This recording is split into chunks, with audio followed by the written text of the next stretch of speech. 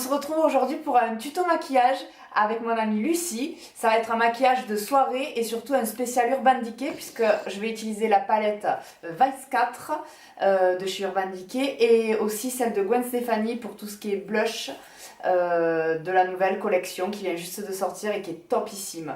Donc je vous laisse avec le tuto et je vous fais plein de bisous.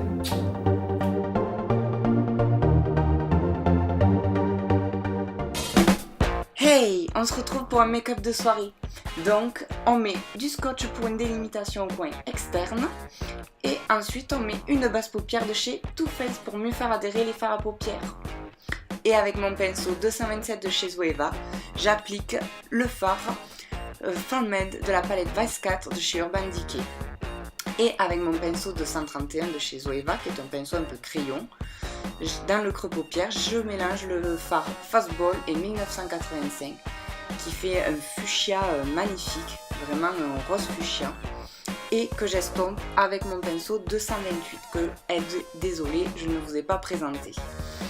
Mais vraiment, c'est dans le creux paupière et je fais vraiment un voile. J'en rajoute si vraiment je veux intensifier, mais on fait petit à petit que trop d'un coup.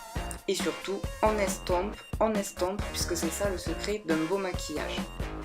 Et ensuite, avec le pinceau 234, qui est un pinceau plat, toujours de chez Zoeva, je prends la couleur bidon, qui est une sorte de bleu-violet, que j'applique en coin externe et interne de l'œil, et que après, je vais faire se rejoindre en laissant le centre de la paupière mobile libre. Et que je vais faire se rejoindre en les estompant, toujours avec le 228 de chez Zoeva. Et j'en remets, comme pour le fard précédent, petit à petit, pour avoir l'intensité souhaitée. Vraiment, allez-y, étape par étape. Il n'y a pas besoin d'en mettre énormément dès le début, mais surtout toujours en estompant. Là, vous voyez, j'ai remis un peu du premier fard, le 1985, parce que l'intensité ne me convenait pas, donc j'en ai remis. Et pareil pour le Beat Down. Donc ça fait vraiment, vous voyez, des couleurs de soirée, c'est vraiment cette nuit étoilée. Et puis je donne un petit coup de propre sous sourcil, toujours avec le fard From It. Et avec un pinceau plat de chez Coastal Scents, là je vais mélanger le fard Bitter et Flame, qui va faire une sorte de orangé cuivré, qui par contre est très pailleté, donc faites attention, ça va faire vraiment beaucoup de chutes, donc il faut vraiment essayer de l'appliquer en tapotant, donc vraiment faites attention. Donc c'est pour ça que moi je préfère toujours commencer par maquiller les yeux avant de faire le teint, comme ça après le teint n'est pas abîmé et on peut avoir un très très joli résultat au niveau de la lumière, au niveau des cernes. Donc voilà, et là pareil, j'en rajoute par rapport à l'intensité que je souhaite. Et avec le pinceau 317 de chez Zoeva, je trace mon trait de liner, qui est un liner compact, en le commençant par l'extérieur et je reviens vers l'intérieur. Et pareil, un petit coup de propre sous le sourcil et c'est fini, on enlève la délimitation. Et là on va passer au ras des cils. Donc là je prends un petit pinceau biseauté, je ne sais plus la marque, j'en suis désolée. Et là je remets le fard 1985 qui est magnifique et par-dessus je rajoute toujours le Beat Down que on va venir estomper avec un pinceau estompeur de chez Coastal Scents. Donc pareil, là prenez votre temps pour les estomper ensemble et surtout faites-les bien se relier avec le haut et surtout le coin interne. Et après on applique un crayon colle bien noir, c'est celui de chez Bourjois, à l'intérieur de la muqueuse. Puis, bien sûr, évidemment, du mascara, donc le volume apporté de chez Lancôme, qui a une brosse assez petite, donc qui ne va pas faire ce paquet, mais qui apporte quand même pas mal de volume. Donc il est précis, mais en donnant vraiment de la masse. Et voilà pour les yeux. Et là on va passer donc au thème. Donc avec le pinceau F80, le fameux F80 de chez Sigma, j'applique la base Le Blanc de chez Chanel qui va vraiment apporter luminosité et éclat et qui va mieux faire tenir le fond de teint par la suite. Et toujours avec ce même pinceau là, je vais appliquer mon fond de teint. Et le fond de teint que j'utilise, ça va être le Born This Way en teinte nude de chez Too Faced, qui est vraiment une tuerie, je vous le conseille, n'hésitez pas à aller l'essayer. Et le pinceau d'ailleurs aussi, le F80 de chez Sigma, si vous recherchez un pinceau pour le teint, allez-y, il est top. Et on applique toujours donc son fond de teint de l'intérieur vers l'extérieur du visage. Et on n'hésite pas à étirer la matière le plus possible pour avoir quelque chose de naturel. Sans oublier un peu le cou, d'en mettre légèrement dans le cou pour qu'il n'y ait pas de démarcation.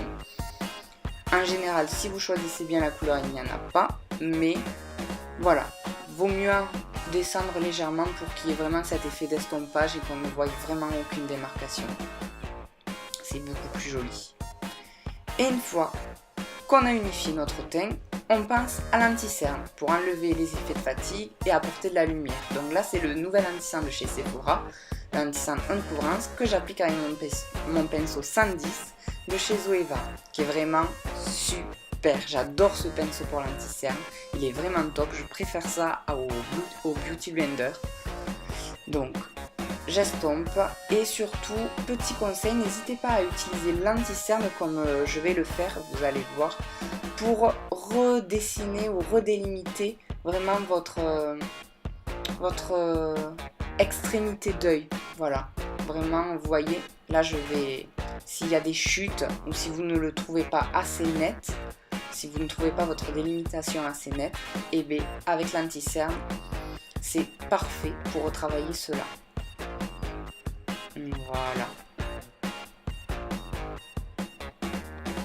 Et ça fait de suite un résultat top ici.